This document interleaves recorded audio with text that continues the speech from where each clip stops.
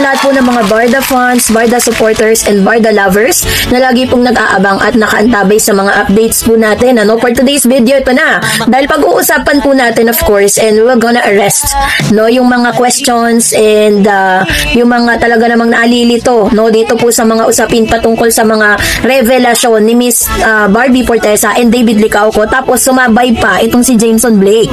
So pag-usapan natin yan dahil syempre marami pong mga natutuwa, pero syempre ang mga Barda, mangyari ang mga nangyayari, puro pangyayari yan. Mananatili pa rin Barda, still intact pa din yan, hindi pa rin mawawala yan. So pag-usapan natin yan maya-maya dahil ito po ay yung tinatawag na comment of the day kung saan ito yung may kinalaman dun sa ating post kagabi. Sabi po ni Miss Kiet Rowell Revamba, sabi niya, tama po kayo dyan, Ma'am Dareds, si Mami Ami ay totoong tao. Si David kasi kilala niya na sa tagal-tagal nila na magka-work, at si Barbie naman ay closer na talaga kay David. So Daddy Tony minsan di na niya sumasama kay Barbie sa work. Pag si David ka-work, nakikita sa post, may tiwala sila kay David. Ayan, sinabi ni Barbie na kung paano siya sa parents niya. Ayan, so kasi kahapon po tinakil natin nung about dun sa, napansin lang naman natin na parang yung pong promotional videos na kung saan naroon si Barbie Forteza at si Mr. Jameson Blake ay hindi po nirepost ni Mami Ami na bagay na nakakapanibago. Kasi diba parang si Mami Ami napaka-supportive niya sa kanyang anak na talagang pinopost niya po yung mga ito pong mga nangyayari kay Miss Barbie, whether it is personal or ito po ay may kinalaman sa kanyang trabaho, Yun po yung atin pong napansin. Pero doon po sa video na yun na kung saan magkasama si Barbie tsaka si David, hindi niya ipinost. Kaya yun po talaga yung pinagtatakhan natin, So, kaya po yun yung nakita natin. Kaya ito po yung napansin ni Miss Kiet Rowell Revamba. Syempre nga naman, kahit naman talaga sinong parents, hindi naman ganun kadali tayo magtiwala. Lalo na't babae pa yung anak niya, diba? So, kaya naintindihan ko dyan si Mami Ami. So, yan po yung ilan sa mga comments po ni Ma'am Shi Kiet Rowell Revamba. Salamat Ma'am Shi at salamat sa lahat ng mga nagko-comment sa comment section. Lahat po kayo ay nababasa ko. Hindi nga lang natin masagot isa-isa dahil alam nyo na marami kayo eh. So ito na, pag-usapan na natin kasi matapos po na parang nagkaroon na po ng linaw. Nagkaroon na po ng mga pag-uusap patungkol po dito sa kung saan sinabi nga po na parang noon meron pong isang guesting. Ito pong, dali lang. Wait lang Barbie ha. May guesting po itong tatay ni Barbie Forteza sa isang show dito po sa GMA. At natanong po siya, meron pong parang sinabi si Barbie Forteza dito na talaga namang ikinatuwa rin na marami kasi ito naman talaga yung hangad nating lahat. So, ito, panoorin natin. Pag tinanong ang love life ng anak mo, ang sabi very much in love. I love you, Daddy. Mag-enjoy ka. Alam mo na, pag tinanong ang love life ng anak mo, ang sabi very much in love.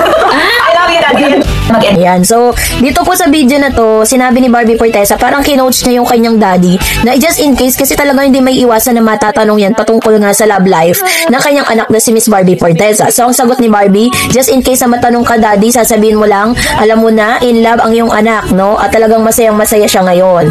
And that's really one of the best thing na narinig natin with Barbie Forteza kasi matapos po yung kanyang breakups, diba? Isang taon na rin naman nakakalipas, mag-isang taon na.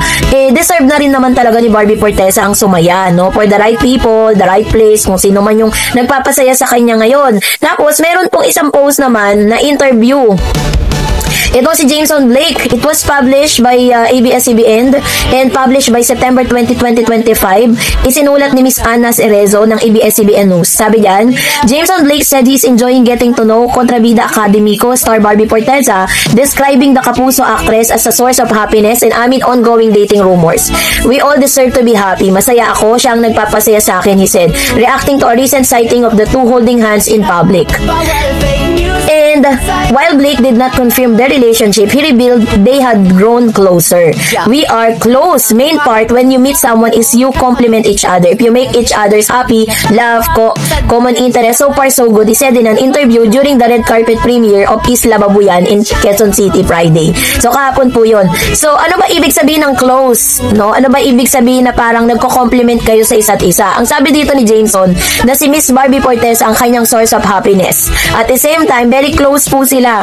So, ibig sabihin, meron na silang nade-develop na closeness, nade-develop na friendship sa isa't isa. Pero, hindi naman po talaga tahas ang sinabi ni Mr. Jameson Blake na magkarelasyon na sila. Maaaring sila po ay nasa point ng kanilang buhay na sila po ay nagliligawan. Nililigawan ni Mr. Jameson Blake si Barbie Forteza. Kasi yun, nasabi niya si Miss Barbie Forteza daw ang kanyang source of happiness. The actor explained he has gotten to know Forteza both on and off the set. Pagkasama ko off-cam, very nice, very sweet. Pero pag on-cam, ibang tao na siya. Sabi niya, I respect her. She's very professional. I look up to her. That is my first impression ko sa kanya. She's very respectful, mabait, and very talented. Nakikita natin, Blake said in an interview. He also opened up the shared interest, help them bond. Books, she likes to read. Doon nag-start, then went into running. She liked to run also. I am also into fitness, so we started running each other. Forteza former boyfriend Jack Roberto previously commented that the two look good together. Didn't really get to talk so much. Napadaan lang kay Jack. Wala namang nabilin, Blake said of his brief encounter with Roberto. As per fan who said started to ship Blake with Forteza, Blake said he appreciate the support. Natutuwa ko, wouldn't want kind of support. I really appreciate, nakikita ko online when I see them, he said. Blake is among the star of the upcoming film Isla Babuyan, the final project conceptualized by the late Leo V. Dominguez.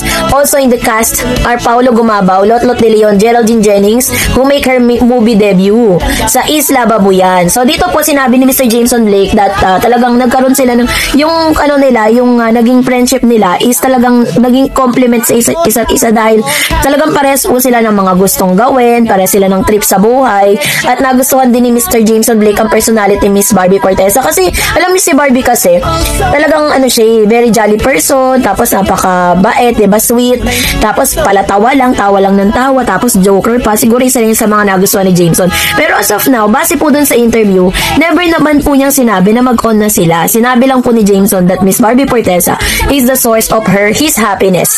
And kasabay nito na sinabi naman ni Barbie that she's really happy now, no, sa kanya pong love life. And that's really our, yung ating pong happiness na makitang happy si Miss Barbie. Ang prayer lang talaga natin is maging happy siya for the right person na mapipili niya. As I've said po sa mga latest and mga recent vlogs ko sa inyo, na whatever Miss Barbie Forteza's decision is, hindi tayo pwedeng manghimasok doon. Hindi tayo pwedeng mangialam sa magiging desisyon niya, kung sino yung gusto niya makasama, kung sino yung gusto niyang mahalin, diba? Ang pinaka pwede lang natin gawin ay supportan si Barbie sa kung ano yung mga tatahakin niya sa kanyang karera, maging sa kanyang personal na buhay. Well, kung yan ang magpapasaya sa kanya, diba? Ibigay natin sa kanya, pero mananatili pa rin na may barda pa din. Hindi pa rin naman mawawala ang barda. Still, Barbie Forteza and David Licauco ay may possibilities pa rin talaga na magkatrabaho po sila. Katulad ng laging sinasabi ng mga barda fans sa social media, not unless na meron ng ikasal with Barbie and David Licauco. That's the time na pwedeng wala na tayo ng hope na pwede pang maging sila sa dulo, diba? Hindi tayo pwede magsalita ng tapos, kaya laban lang. So, that's it for today. Oh yeah, showbiz chika na legit, bawal ang fake news. Hello po sa lahat po ng mga Barda fans, Barda supporters, and Barda lovers na lagi pong nag-aabang at umaantabay sa mga updates po natin. At meron na naman tayong pinakabago, no? Dahil meron pong mga lumabas na balita ang Marites University kung saan itong si Mr. Jim Barda, Fan Angeles City vlogger, si Jim po, na isa rin sa mga sinasabi niyang siya ay Barda fans, ay nagtanong, no, dun po sa ating pong Facebook page. At meron po siyang sinabi doon na talagang striking naman talaga, very parang nakapaka-challenging kung pag-uusapan natin, dahil tinanong lang naman niya, dahil may panibago na naman pong parang babae na nalilink, no? Sinasabi po ng Marites University na hindi pala itong Alexandra Manalang ang sinasabing girlfriend ni Mr. David Licauco. At pag-uusapan natin yan. Bago yan, if you haven't subscribed yet to my YouTube channel, please don't forget to like, share, and subscribe, at i-hit mo na rin ang notification bell for more showbiz updates. So, ito na, pag-usapan natin. Bago tayo dumako doon, magbasa tayo ng ilan sa mga komento ninyo sa comment section na talaga namang nakakatuwa, dahil although sabihin na natin na, kasi ito yung ito yung sinasabi nila na never daw niligawan ni David Licauco si Barbie Forteza. So, wala pa naman po talagang nagko-confirm na talagang nagliligawan na nga sila. nila. Dahil ang lagi lang nilang sinasabi is komportable po sila sa isa't isa. So ito, sabi ni Miss Tess, we are so happy for you, we love you Barda, salamat Miss Tarets. Sabi ni Miss Rebelita Atienza, it's true, kakaibang kilos nila when they are together. Ang sinasabi kasi natin lagi dito is para lang po maunawaan ninyo, yung level of comfortability ni David tsaka ni Miss Barbie Forteza is kakaiba. Kaya nga po lagi kong sinasabi sa inyo para po lang malinaw na hindi natin pwedeng diktahan si Barbie at si David Licauco kung sino yung gusto nilang mahalin, kung sino yung gusto nilang magustuhan. Kasi at the end of the day, sila po yung magde-decide para sa sarili nila at wala po tayo sa posisyon para po magsabi nun, no, kung sino po yung dapat nilang mahalin. So, eto na. Pero, syempre, nandito tayo para maghatid po ng good vibes sa inyo para hindi po kayo para umasa, diba? Kaya nga po natutuwa ako sa mga nagko-comment sa comment section at sinasabi po nila na whether they are in real or real, ay talagang susuportahan pa rin nila ang Barda. Kasi maraming mga detractors, maraming mga demolition job na talagang parang tahasan na lang na naglalabas sa mga information na wala naman talagang factual or wala naman talagang resibo. Katulad po nito. Yan na. Kasi meron po akong isang post at nag-comment po dyan. Ayan. Basahin ko lang yung comment ni Jim Barda fan, ang City Vlogger. Sabi niya, totoo po ang balita na confirm na si Rose Garcia ng Marites University na may non-showbiz girlfriend si David Licauco na love niya. Di po totoo na magjowa ang Barda. Never po niligawan ni David si Barbie Forteza. So, si Rose Garcia pala dito ang taga Marites University. Hanapin natin. Wait. Ito po yung sinabi ni Jim Barda sa kanya pong channel. Ayan, panoorin natin. At ito na nga guys, no, kalalabas lang. So 1 hour ago, pinost to. At ito nga yung Marites University. At ito nga yung confirmation na may girlfriend si David Licauco. So this is from a very, very, very reliable source. So let's watch this video. Ni Rose. June, ako may girlfriend na. At ito na nga ang revelation. Grabe. Oo, naiyak na ako. At ito na nga, so si Miss Rose ng Marites University, isang kilalang ito na nga, isang kilalang journalist nga, si Miss Rose Garcia. Ang sinasabi ni Mr. Jim Barda, or etong si Jim Barda, Barda fans, and ang City Vlogger, sinasabi niya palang Rose Garcia, is tinutukoy niya yung source na nagsabing nga, legit na may girlfriend na nga daw di umano, si Mr. David Licauco. Kasi yun kasi yung pinaglalaban ni Jim. Nasabi niya talaga, lagi niya sinasabi na may girlfriend nga daw si Mr. David Licauco, ayun, tapos tinutukoy niya nga si Alexandra Manalang, ganon, si Alex Manalang, ganyan. Pero, syempre, katulad po dun sa interview ni Mr. David Licauco, wala kasi siyang nabanggit doon na parang pumunta siya doon para makipaglandian, diba? Gusto niya lang magbakasyon. Gusto niya, dahil meron po siyang bibili na property doon po sa Siargao. Pero never po siyang nagbanggit na meron siyang girls na parang kinatag po doon, which is yun nga, tinutukoy ni Jim Barda. Ako, I am not against Jim ha, kasi ginagawa lang naman din talaga niya yung trabaho niya, diba? Kaya nga, sinagot ko siya doon sa kanya pong vlog na parang finiture niya yung video ko eh. So, gamitin din natin video niya. So, ang pinaka-point of view ko lang with regards to this, ano naman po ba ang magiging epekto nun kung sakaling may girlfriend na nga si David Licauco? Mawawala po ba ang Barda? Magbabago po ba ang Barda? Magbabago ba ang treatment ni David Licauco kay Miss Barbie Forteza just in case na malaman po at makonfirma na meron na nga girlfriend? Although, medyo masasaktan talaga mga Barda fans because lahat po tayo umaasa na sana nga silang dalawa na lang kasi parang nasanay na tayo eh. Yun ang comfort zone ng Barda na magkasama sila palagi, na silang dalawa talaga in real life. Pero kung hindi magkakatotoo yun, that's really okay. Kasi at the end of the day, lagi kong sinasabi na sila po talaga yung magde-decide para sa sarili nila at wala tayong rights. We are not in the position para po mag-decide para kay Barbie at kay Mr. David Licauco. So just in case Mr. David Licauco is meron na ngang girlfriend, wala pong masama doon kasi single si Mr. David eh. At very naman siya, no? Nakikita naman natin na kahit sabihin na natin na sige, let's give them the benefit of the doubt itong si Jim na sinabi niya may girlfriend na, confirm na, at very reliable si Miss Rose Garcia na meron na ngang girlfriend. Wala pa rin naman pong magbabago sa Barda. Still, may mga supporters pa rin po sila. Wala pong pagkakaiba yan noong mga times na si Miss Barbie Forteza ay may boyfriend na si Mr. Jack Roberto. At siya na, very yun na, talagang hindi sikreto yun. Alam po ng buong Pilipinas yun. At alam po ng Barda na may boyfriend si Miss Barbie Forteza. Ngayon naman, since na lilink naman si Barbie kay Mr. Jameson Blake, hindi pa rin naman nagbabago ang Barda. May Barda pa rin naman. I don't know kung anong pinaglalaban ni Jim dun po sa kanyang mga sinasabi, no? Hindi ko po alam kung dapat ba na magdiwang ba tayo, malungkot ba tayo. Hindi ko alam kung anong dapat nating maramdaman dun sa sinabi niya na very reliable nga si Rose Garcia na siya daw po yung yung nagsabi na may girlfriend na nga si David. Ito pa. Nasa Marites University. So, yun na nga, may confirmation na nga siya na may girlfriend na nga si David Licauco. So, Rose. Pag ako may girlfriend na. Bigyan na ba? Naisip ako to. Iba blind item ko ba to? O Blind item mo lang, i-out ko na lang. Hindi yun. So, ayun nga. From so many reliable sources, actually, isa ako doon sa unang nakwentuhan na merong non-showbiz girlfriend, si David. Oh, yun, di ba? Yun yung yung nilabas niya nung April, yung blind item niya, ni Miss Rose, yung tungkol doon sa pagkakaroon ng girlfriend ni David Licauco ng non-showbiz. So, nailabas ko na rin yun actually dito sa YouTube ko at sa lahat ng aking social media platforms. So, ito na, Day of Redemption. Grabe! Naiyak ako. Ayun, masaya siya at naiyak siya kasi naiyak siya at masaya siya hindi dahil may girlfriend na si Mr. David. Naiyak siya at masaya siya dahil gusto niyang patunayan sa lahat na tama siya, credible siya sa lahat ng mga sinasabi niya. Pero ang pinapoint out lang natin dito is magka-girlfriend man, magka-jowa man si David at magka-jowa man si Miss Barbie Fortesa, mananatili pa rin may barda.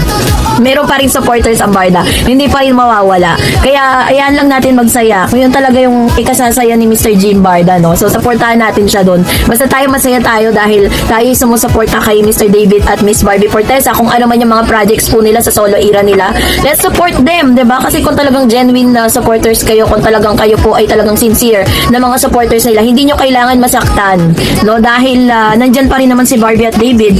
Sabi nga ng mga Barda fans, hanggat wala pa pong ikinakasal, hanggat wala pa pong naglalakad sa aisle na Barbie at David Licauco, na may mga kasama sila, mga napili nila, mananatili pa rin ang Barda. Kaya nga tinatawag silang #team matatag eh. Kasi yun po ay dream lang naman talaga natin, no? In case. So, kaya huwag tayo masyadong di ko alam bakit siya masaya. So, i-comment nyo sa comment section. So, that's it for today. For more videos and updates, please don't forget to like and subscribe, and please don't forget to follow my Facebook page, Dareds TV. God bless everyone.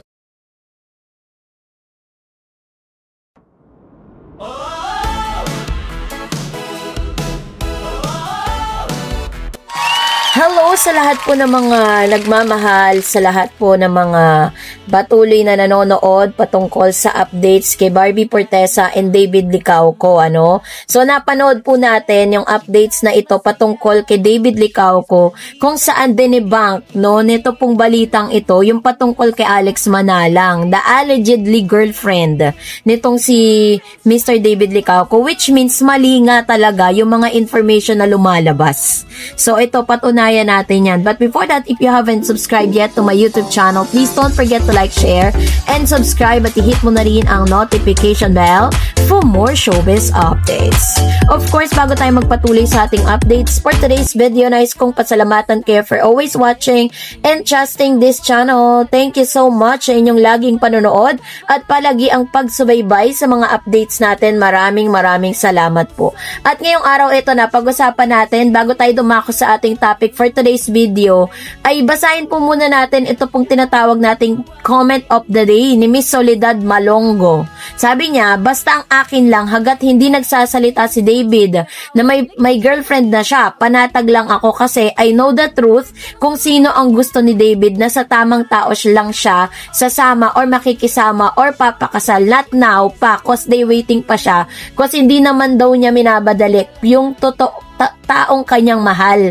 Kaya sa mga basher, I pray ko na lang kayo kasi puro bash. Basta me, idol ko si David at Barbie forever. Kaya tigilan nyo sila kapag inamin nila na sila ang daming kwentong madaming kayong sinasabi, kaya tama lang na maging private muna silang dalawa para walang gulo sa kanilang relasyon at nagkakaunawaan sila at nagkakaintindihan silang dalawa na kahit wala pa silang serye ay they are together na. They trust each other. Yun lang po. Ayan. So, ito po yung kanyang komento patungkol dito. Ang aking point of view kasi with regards to this, not unless Mr. David Licauco will confirm patungkol dito, kasi kahit po kaninong reliable source manggaling ang mga balita na yan, magiging reliable lang talaga yan kung kay David Licauco mismo ang gagaling. Kasi ang lalabas lang yan, puro speculation lang po talaga yan, ano? Yun po kasi yung mga ano natin, mga nababalitaan, mga nababasa, 'di ba? So, yun po yung aking point of view. Kasi although meron po talagang kalat na kalat po talaga sa Sokmed na talaga si Mr. David may girlfriend na, wala naman po talagang masama doon kasi single po siya eh. Hindi naman sila magjowa ni Miss Barbie. Although gusto natin mga Barda fans na ang endgame ng magkatuluyan ay si Barbie at si David Licauco, pero yun nga, 'di ba? Single silang dalawa, so they have all the rights to choose or kung sino yung gusto nilang makasama at kung sino yung gusto nilang maging girlfriend or jowa, no? So wala naman talagang pagtatalo doon. So ang gusto lang natin is makita natin together si Barbie at si David Licauco sa iisang proyekto. So it doesn't matter kung may jowa sila or wala, kasi nangyari naman na yan dati. May jowa si Barbie pero may barda. May jowa si David pero may barda. Alam niyo po yun, di ba? Nagpapatuloy pa rin ang mga proyekto nila together. Di ba? So ngayon, sabi ni Barbie sa kanya pong interview or sa kanya pong sinasabi na parang today is nasa lovers era na siya, at the same time masaya ang kanyang love life ngayon. Tapos nagsalita si Jameson na ang source of happiness niya ay walang iba kundi itong si ito pong source of happiness niya si Miss Barbie Forteza, pero close lang ang sinabi niya, close sila, hindi po sinabing mag-on na sila. So yun po yung ilan sa mga POV ko dyan patungkol dito. So ngayon eto, meron po ako kasing nakita, ito pong pinag-uusapan ngayon na Marites University na paulit-ulit na piniplay nitong si Jim Barda. So sabihin na natin na sige, tama siya, may girlfriend na nga si David, pero meron din siyang hindi tamang ibinalita. Ito na panoorin natin. Unang nakwentuhan na merong non-showbiz girlfriend si David. At very reliable naman yung source na to. Nasundan na to. May mga incident na rin na kasama na ni David yung pinapakayala na niya talaga. Ito ang kandong niya? Sure kung yan yun. Pero Pero may tattoo ba si David? May para may tattoo. o saka parang, may tattoo saka yun. Parang ang laki naman doon. Ano? O, diba? Pinagpipilitan po ng mga bashers na yung pagpunta ni Mr. David Licauco sa Siargao, siya yung nakakandong dun sa girl. Ang laki ng katawan, tas may tattoo yung lalaki.